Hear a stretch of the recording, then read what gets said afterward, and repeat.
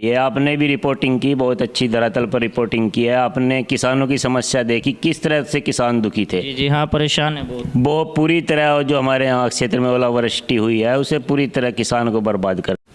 आज हमारे साथ बातचीत करने के लिए भारतीय किसान यूनियन के बेहट तहसील अध्यक्ष सचिंदर राणा जी हैं और इस वक्त जो है गांव के प्रधान भी हैं।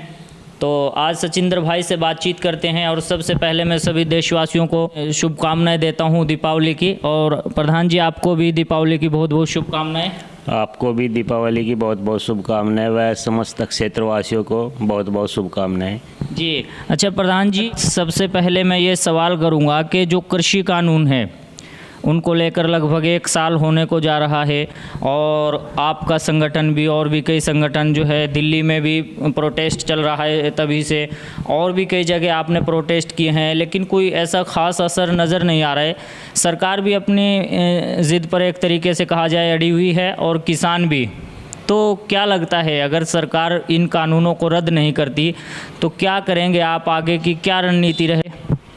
हमारी आगे की रणनीति ये रहेगी, राकेश टिकैत जी ने 26 नवंबर तक का अल्टीमेटम दे दिया है सरकार को, और अगर 26 तारीख तक हमारी कोई वार्ता नहीं होती सरकार से तो फिर उसके बारे में हम आगे की रणनीति तय करेंगे और जो भी संयुक्त किसान मोर्चे की रणनीति होगी उसके तहत हम काम करेंगे। अच्छा, अगर सरकार पीछे नहीं हटती तो फिर किसान पीछे हटेगा? किसान बिल्कुल भी पीछे हटने को तैयार नहीं है। किसान किसी भी सूरत में सरकार से किसी भी हालत में कमज़ोर नहीं है। अगर सरकार ये सोचती हो कि आज का किसान कमज़ोर है तो हम सरकार से किसी भी हालत में कमज़ोर नहीं है। हम सरकार से दो हाथ तैयार करने के लिए बैठे हैं और दो हाथ करने को तैयार है। केंद्र सरकार ने और फिर साथ साथ राज्य सरकार ने भी एक ऐलान किया है, पेट्रोल डीजल के रेट कुछ कम की है, कुछ थोड़े, तो इससे क्या लगता है कि इससे कुछ फ़ायदा हो पाएगा किसानों को?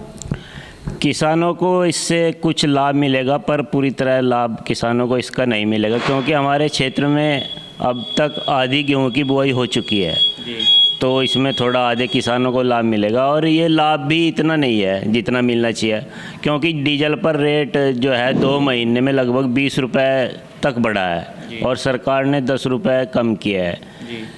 तो सरकार को कुछ ऐसी नीति लानी चाहिए कि जिससे कि पेट्रोल और डीजल 70 और 80 तक ही सीमित रहे, क्योंकि हर वस्तु पे डीजल के भाव और पेट्रोल के दाम बढ़ने से हर वस्तु पर काफ़ी दाम बढ़ गए हैं। हम अपना घर का ले लें, अगर हम नया घर का निर्माण करते हैं तो अब वो लगभग 30% अधिक हो गया है, और भी हमारे जितने भी खर्चे हैं सारी महंगाई 30% से ज़्यादा बढ़ गई है। तो सरकार को इस पे और विचार करना चाहिए और नई नीति लानी चाहिए जिससे कि ये लगभग 70 और 80 के बीच में रहे। उपचुनाव का तो पूरा असर पड़ा है सरकार पे। सरकार इस चक्कर में थी कि हम जो मर्जी कर दे और कि पब्लिक हमारे साथ रहेगी, जबकि ऐसा नहीं है। अब आम पब्लिक जाग चुकी है और हमारे जो राष्ट्रीय प्रवक्ता राकेश टिकैत जी है उन्होंने पब्लिक को जगाने का काम किया है। और हमारी जो राकेश टिकैत जी कहते हैं कि हमने इन्हें दवाई देनी शुरू कर दिया है, तो वो दवाई तो जनता ने इन्हें देनी शुरू कर दिया है और उसका अब आप असर भी देख रहे होंगे। ये उसी दवाई का असर है जो सरकार ने एकदम से 10 और 5 रुपए डीजल और पेट्रोल पे कम किया है। आगे भी हम सरकार को ऐसे ही दवाई देते रहेंगे अगर सरकार आम जनता के और किसानों के हित में कोई फैसले नहीं लेगी। तो धीरे धीरे असर होना शुरू हो गया है। अब उपचुनाव में असर हुआ है, आगे यूपी चुनाव में भी अगर सरकार अपनी हठधर्मिता पर बनी रही तो पक्का सरकार को दवाई दी जाएगी और इस बार कड़वी दवाई दी जाएगी जो तुरंत आराम करेगी। आपने कई किसानों की रिपोर्टिंग की है धरातल पर, आपने देखा होगा हमारे यहाँ धान की फसल होती है, पहले तो उस पर कुदरत की इतनी मार पड़ी है फसल पे, और फिर दूसरे सही दाम बिल्कुल भी नहीं मिल रहा। जो हमारा फसल हरियाणा की मंडियों में जाती थी वहाँ के आड़ती औने पौने दाम में हमारी फसल खरीद रहे और फिर पैसा भी नहीं दे रहे हैं काश्तकार को। बिल्कुल आपकी दिवाली पूरी तरह फीकी रही है काश्तकार की। बहुत ज़्यादा उधर तो सरकार की मार हो गई और इधर कुदरत की मार हो गई, चारों तरफ से किसान पे मार पड़ी है। आपने भी रिपोर्टिंग की, बहुत अच्छी धरातल पर रिपोर्टिंग की है। आपने किसानों की समस्या देखी, किस तरह से किसान दुखी थे। जी हाँ, परेशान है बहुत। वो पूरी तरह जो हमारे यहाँ क्षेत्र में ओलावृष्टि हुई है उसे पूरी तरह किसान को बर्बाद कर दिया और ऐसा ही कसर सरकार ने। अच्छा, एक मांग आपसे की जाएगी, आपके पिताजी थे पूर्व प्रधान जी, और उन्होंने बहुत अच्छे काम किए हैं, भारतीय किसान यूनियन से भी जुड़े रहे हैं, बहुत ही अच्छे काम किए हैं। और ये भी कहा जाता है कि जो ये एक पानी की सिंचाई की जो एक नहर यहाँ से निकलती है, ये भी उन्हीं की देन है, पूर्व प्रधान जी के, आपके पिताजी की। और ये एक बहुत अच्छा काम उन्होंने किया था अपने वक्तों में। लेकिन आज सबसे ज़्यादा ज़रूरत अगर मुझे लगती है इस क्षेत्र में तो एक मंडी की है, क्योंकि अनाज मंडी नहीं है। हरियाणा में जाते हैं किसान लोग, वहाँ उनके साथ जो है सौतेला व्यवहार किया जाता है। तो इसके बारे में भी भारतीय किसान यूनियन कोई कदम उठाएगी, क्योंकि भेड़ क्षेत्र में अनाज मंडी नहीं है?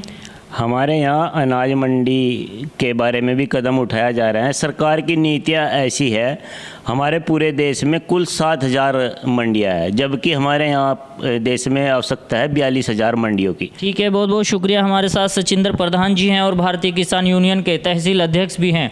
इस वक्त हम टांडा गांव में हैं, पास में ही हरियाणा राज्य लगता है। वहाँ की मंडी में वो अपना अनाज लेकर के जाते हैं, लेकिन वहाँ के जो आड़ती हैं, जो वहाँ के किसानों से जो गेहूँ खरीदने वाले हैं, धान खरीदने वाले हैं, वो उचित मूल्य उन्हें नहीं देते हैं। और सबसे बड़ी समस्या क्या है कि वो लोग उधार में इनसे अनाज ले लेते हैं, धान ले लेते हैं, लेकिन फिर समय पर पैसा न मिलने की वजह से हमारे इस क्षेत्र के किसान बहुत पीछे हट चुके हैं। तो मैं सरकार से भी यही अपील करूंगा कि भेड़ क्षेत्र में एक अनाज मंडी होनी चाहिए और किसानों की जो भी समस्याएं उनका जल्द से जल्द समाधान